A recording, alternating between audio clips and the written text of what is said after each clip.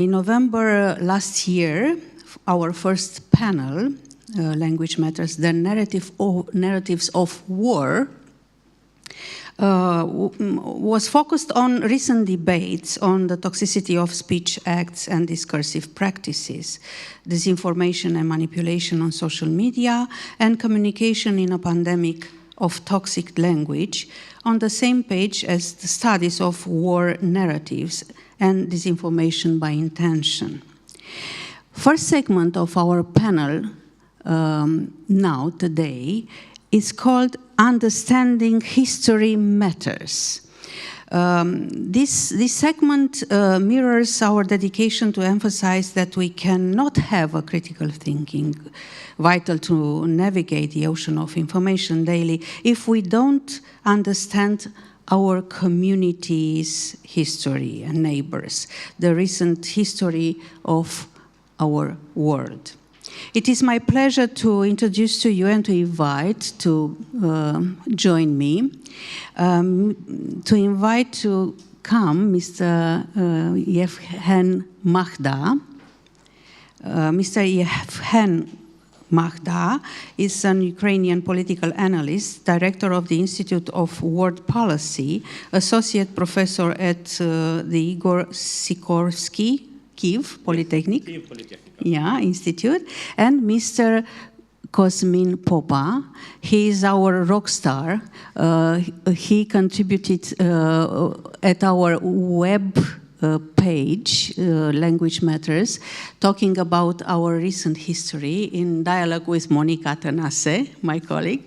And I said he's a rock star because he has a lot of views and viewers who appreciated the segment. The segment is called in Romanian lingurița cu arsenic. It's a spoon with arsenic, the name of the segment. So, thank you, gentlemen, for being with us today. I would like to ask you, first of all, what does the war of narratives mean for a historian? And then for a political scientist. I will let the political scientist. Okay, please. Hello. Hello, but I have historian diploma. I graduated Kyiv University, Taras Shevchenko Kyiv University with honor, and I very interested in history of Nazi Germany, about security squads of Hitler. And this experience is very well for me because I see many similar between Nazi's Germany and Putin's Russia. Mr. Popa? I will not answer the question. Open the mic? Yeah? No, it's working, but you should open it. You should open it. Yeah, Mm-hmm. it's working, but Okay. it's closed, yeah? Okay. So I would like to thank for the No, opportunity it's not to... working like this. Okay. Funcționează? Am ridicat atunci... trebuie să-l bag în gură, nu? Bine. So, thank you for the opportunity to be here.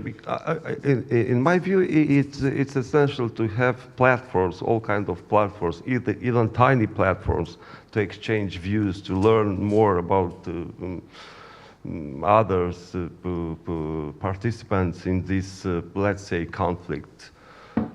But what is crucial, in my understanding, is to understand why the Russian propaganda has a big success in Europe, and not only in Europe right now. Because from the historical point of view, it's not a novelty. Soviets have done it, Germans have done it. They succeeded to reprogramming their societies, like in Russia now, where they almost succeeded to cut off the roots any aspiration towards democracy and towards freedom, which is important, it's in my opinion. And regarding success of Russian propaganda, in my opinion, we are now in a crucial moment of the war. Why? Because the lack of prospects, of peace prospects for Ukraine is essential for the success of Russian propaganda. To be a good fighter, you need a good goal to fight. And Ukraine does not have a good goal to fight right now. Look at the peace proposal of President Zelensky. Which is the first point of this peace proposal? A security arrangement, like in NATO, which will be very difficult to cope in the next few years. So, from technical point of view, we know very well how the system is working. We know how works the troll factories in Russia, not only in Russia, in China, because China is a very... we have to deal with the new position of some private corporations which are very deeply involved in this matter. And I would like to address the latest statements of Elon Musk, which are very important, in my opinion. But returning to my main issue, it's crucial to understand why Russian propaganda is so successful. It won't be a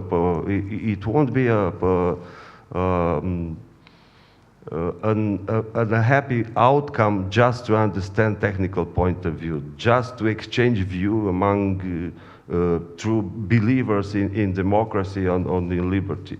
We have to build platforms, broader platforms, to gather all kinds of people and to understand what is important for the subject of Russian propaganda, what is relevant for the subject of Russian propaganda. So, thank you. I would like to ask you, because you talked about Russian propaganda, we will have a winner in this world and in this war of narratives on streets. Will streets took the position in fighting this war of narratives, or this war of narratives is part of hybrid war? You wrote a book about hybrid war. My book, I have two books, but my first book in 2015 was about hybrid war, how to survive and to win, but it was printed in Ukrainian and Russian language. But when I present my book, my colleague, for example, in Poland, in Baltic states, I saw that many peoples have fear of warfare. Warfare is a problem for many people because it's in our mind. It's our mind after World War II. In Europe, the word warfare is a big problem. It's horrible. And my next book about Russia hybrid aggression. Until 24 February 2022, Europe lived in hybrid aggression, and Ukraine lived in hybrid war. And I want to promote a small sensation. I think that Ukraine won the hybrid war. We won the hybrid warfare because Russia must started the full-scale invasion. It's many money, many problems in economy, many victims of Russian population, but it's not victims of Russian citizen is not a problem for Kremlin. We must understand this fact.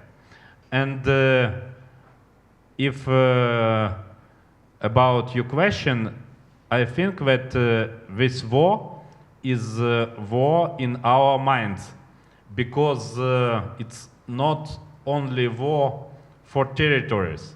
If Russia wants only territories, troops of Russia can use rocket bombs and take a new, but I think that the main goal of Russian propaganda is undermining of Ukraine, undermining of Ukrainian democracy. Yes, we have a problem in our democracy. We have a problem because Russia says many words about illegal Vladimir Zelensky, but Russia don't say any word about elections of Putin for Putin's place in this year on occupied territories of Ukraine. And it was a big challenge for democracy. But Group 7 keeps silent.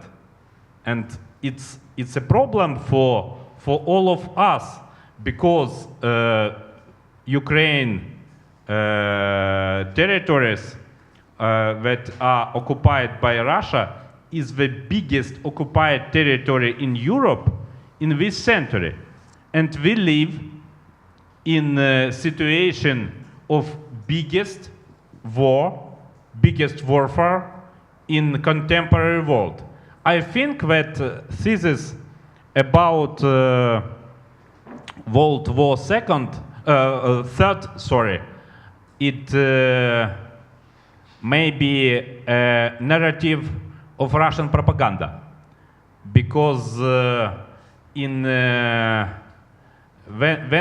we live in middle of war, we cannot explain our problems. We can speak about these problems only after end of war. It's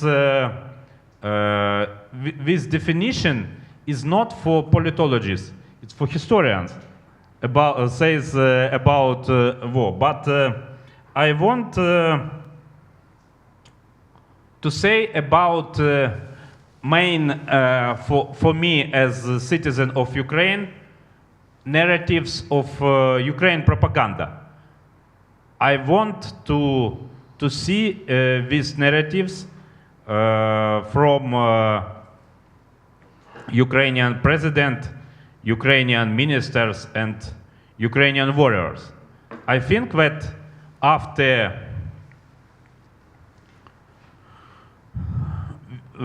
Ukraine win in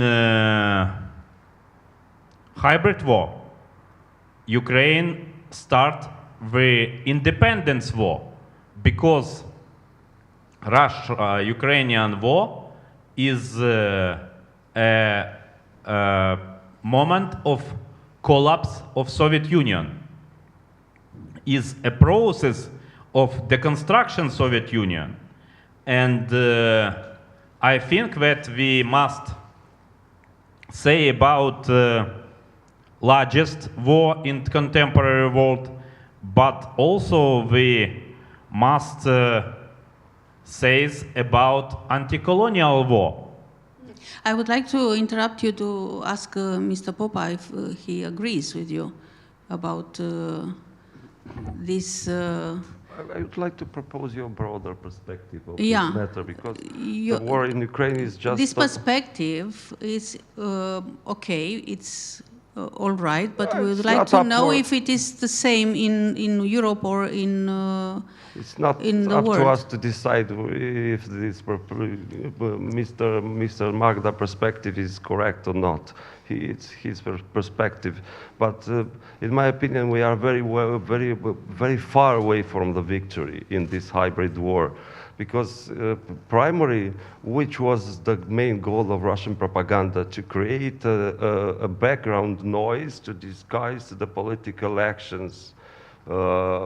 But now the main goal is to turn the war in Ukraine in a civil war, European war, which is very important. We are in another dimension right now. So of course, for Ukraine, Ukraine, let's say, started to national building construction. Diversification agenda is on the top of the priorities of your societies, which it's also debatable, judging from the minorities' rights perspective, but we'll have a discussion later about it when the world will be closed. But right now, in my opinion, we are in a very new dimension when the Russians are trying to turn on the war into an European civil ideological war, let's say, to turn the former imperialistic war in a civil war. It also, from the historical perspective, is very understandable for them. I do not like to particularly to quote Nicolae Iorga. It's not my type of my kind of historian, but he said once that an issue ceases to be a history when its roots does not touch the present. This is the same in Ukraine. So. Maybe Ukraine won its war, hybrid war against Russia. But in my opinion, our main priority is now to save our societies. Let's say to build a wall of democracy and critical thinking around Russia, and then to save Russia. Because in absence of the military foreign occupation in Russia, for me it's pretty difficult to believe that the real democratization of Russia will be achieved only through a national effort. Due to the results of the propaganda, not only Russian Putin propaganda now, but due to results of Soviet propaganda and even imperial propaganda. Mm-hmm. Because the propaganda and institutionalized lie is a very important part of political establishment in Russia. Because we are talking to young people, and I asked you about the battlefield, the streets, and ask you if the streets will be the battlefield for the war of narratives, and who will win there. We do not know nothing about what's happening on the streets. We see rallies, look at the pro-Palestinians or... Yeah, look at the situation in Romania. Look at the situation in Ukraine. Russians are very good in building conflicts. And Ukraine, it's a very suitable I think they are very good storytellers, but they are not right in their stories. Not building conflicts is a science. Storytellers, yes, it's a very good and very, I would say, beautiful intellectual invention of the Western political thinking. But Russians are good in building conflicts, in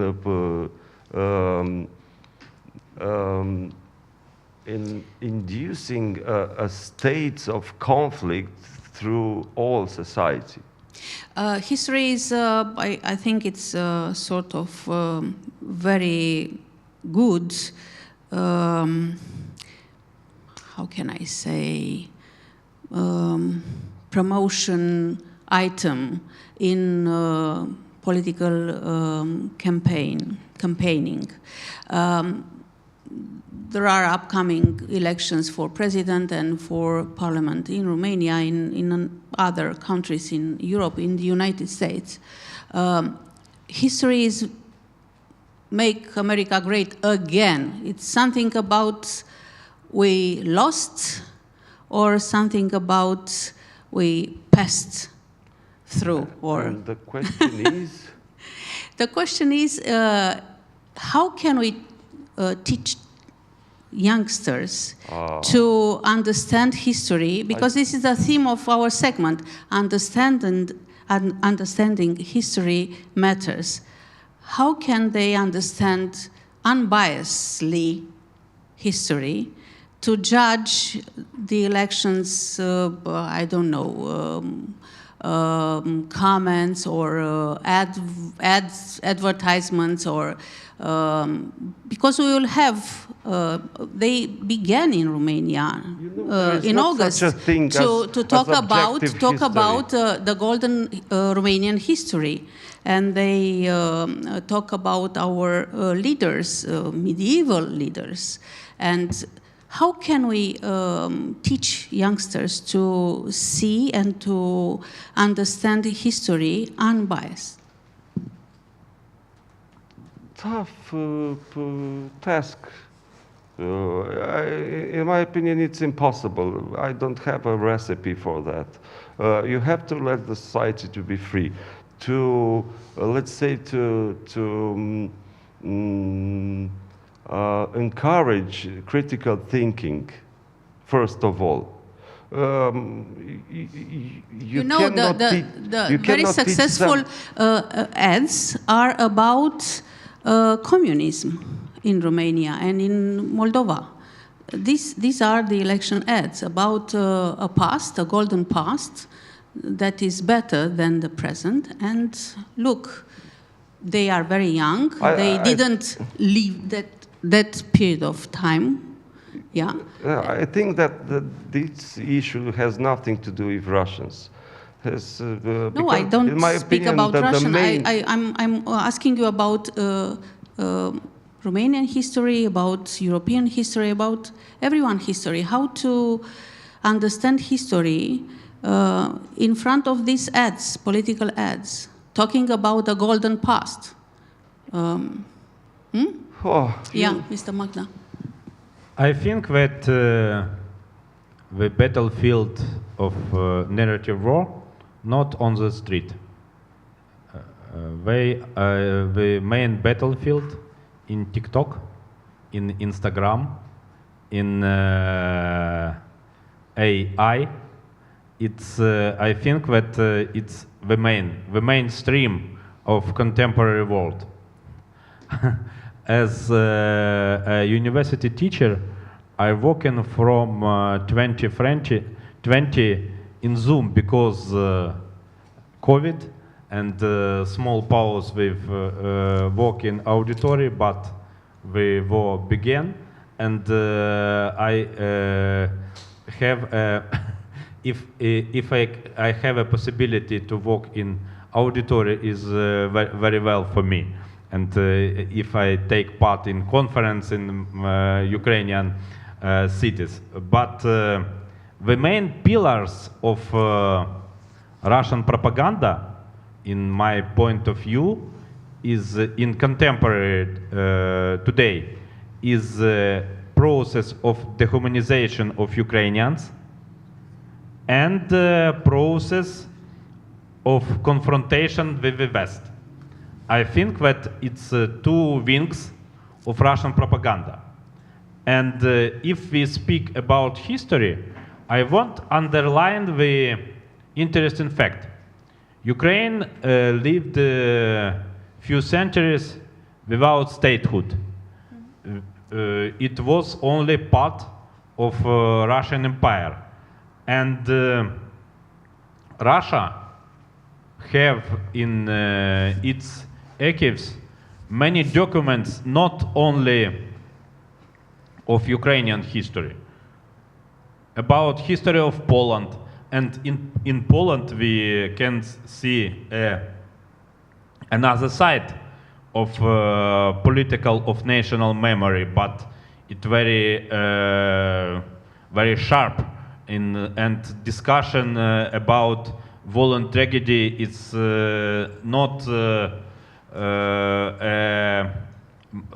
today is maybe a mainstream for Polish politicians, for right wings and for center, maybe not only for left politicians. Putin had his own version of history. In this version, Ukraine was created by Austro-Hungarian General Staff, but in new contemporary version, in article about brotherhood of Russians and Ukrainians, it was printed by Ukrainian language in official Kremlin site. Putin says that Ukraine was created by Vladimir Lenin.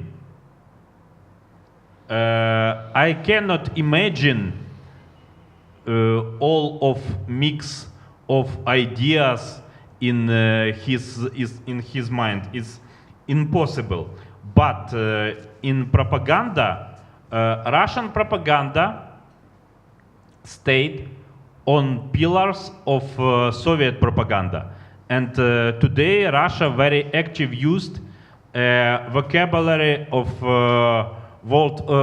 not World War Second, but Soviet hegemony war, about Nazis, about Banderivtsi, about all of process of dehumanization of enemies.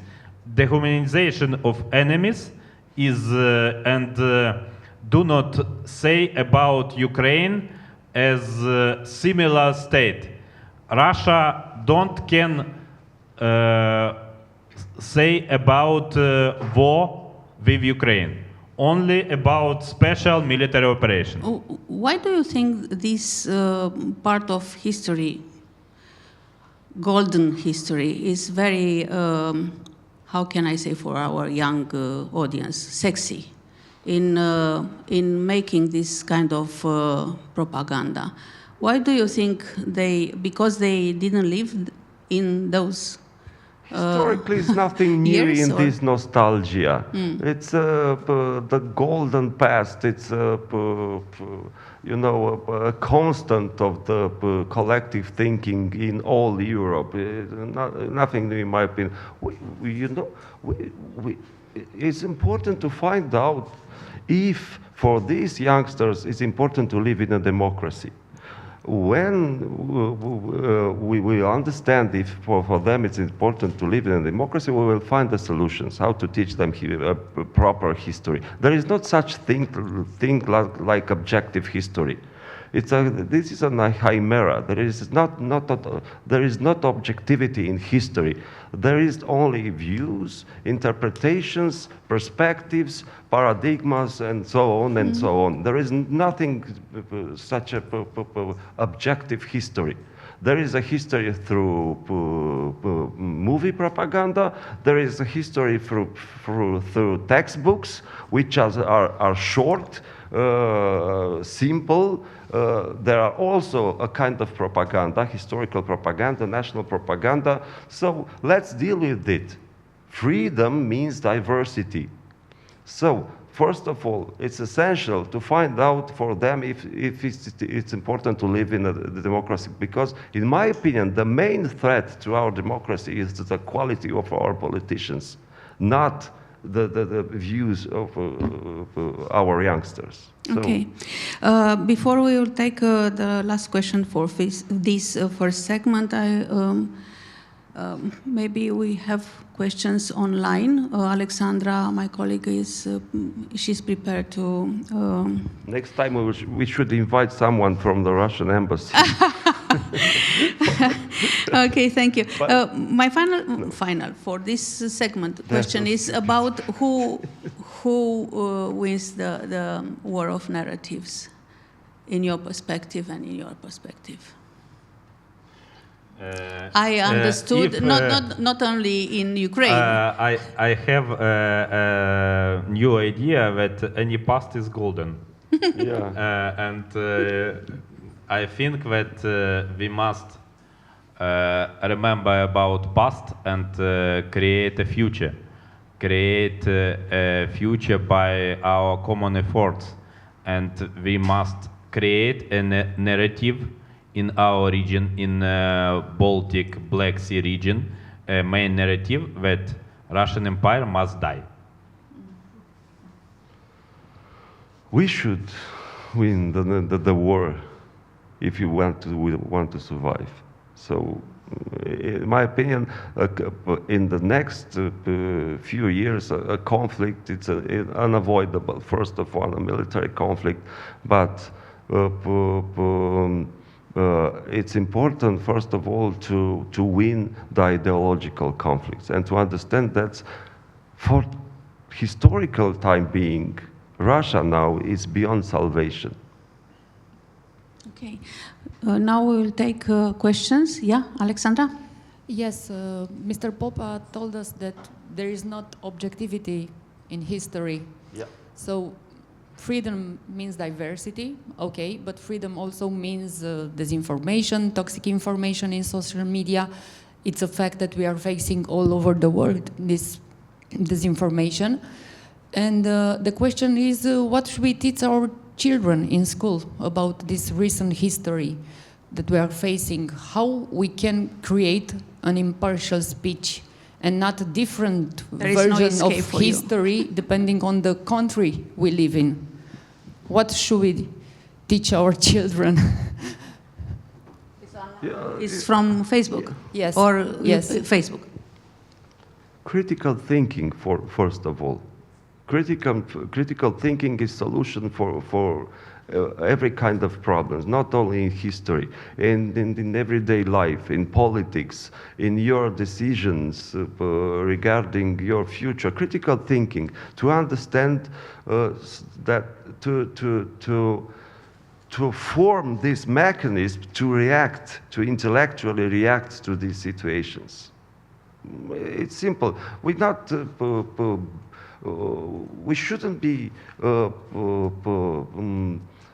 so open to provide all kind of recipes. History is not important. History is not important for a young generation. Which is important for them, it's present, how to cope with present. History, of course, we can elaborate on the importance of the so-called objective history, but let's have first of all a broader perspective of the history, because the Romanian history in schools is first of all an ethnic history.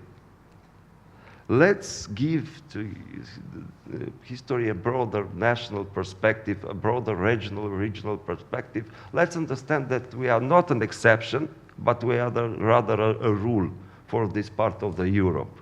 So we can start with it. Do we have questions in the room? Yeah, please, Konrad. Konrad, please do not. 13 years. So we have seen regional elections in the eastern part of Germany, in Saxony, Thuringia and Brandenburg, where the far-right AfD has seen very, very large gains over the sensible mainstream parties. But what is the most striking are the results we saw coming from Brandenburg, in which 16 to 24-year-old voters were overwhelmingly more likely to vote for AfD, and 70-plus-year-old voters voted 50% for the SPD. And I would like to ask, why do you think that this is? Why do young people feel more inclined now to vote for the far right than older generations? And do you think that Russian propaganda has had an impact on this? Thank you. Well, as always, your question is too smart for me, Konrad. Because of the lack of the leadership, especially in Europe, which is striking for me is the lack of leadership in Europe.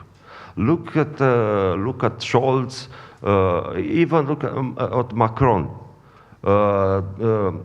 We don't have the tools to control public debates here in our democracies.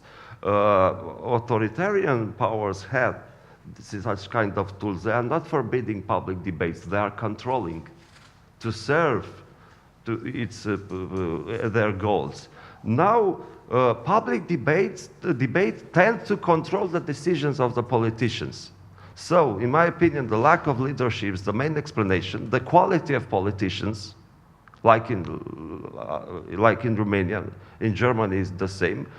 The unfinished business with communist past in East Germany, which is very important. We have to acknowledge that the communists has created a new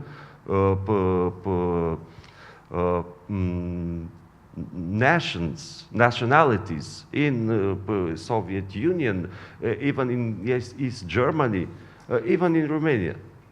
And what about Russian propaganda? Russian propaganda is very important because, as I said, their main goal now is to fuel internal strife in European societies.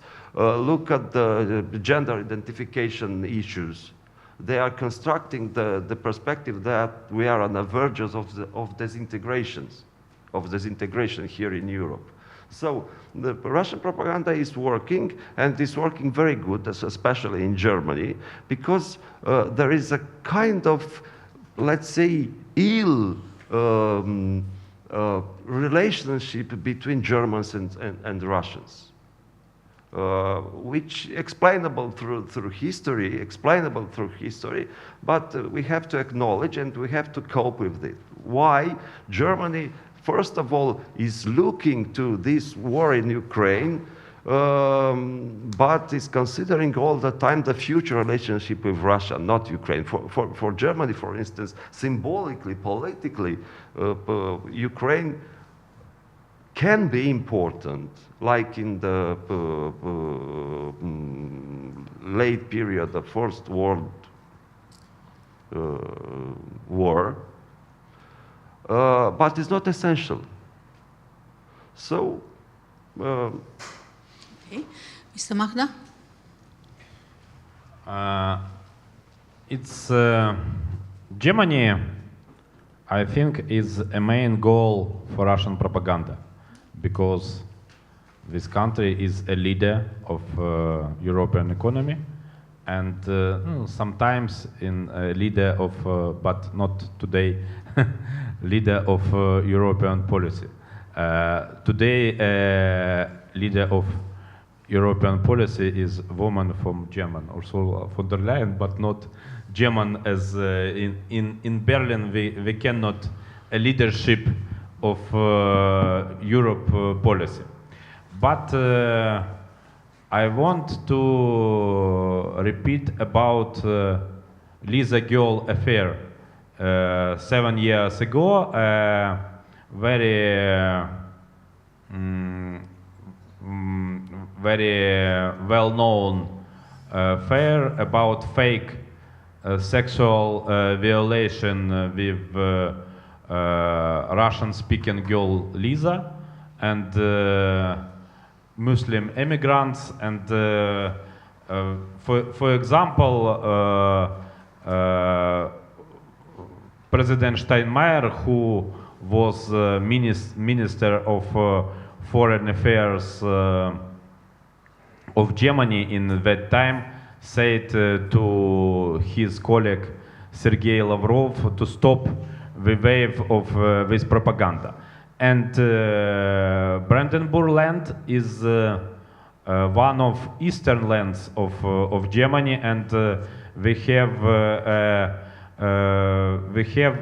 I think, the main topic of Russian propaganda is connection economy problem of Germany with Germany's aid to Ukraine, because Germany one of main donors in military aid of for Ukraine. Thank you very much, gentlemen.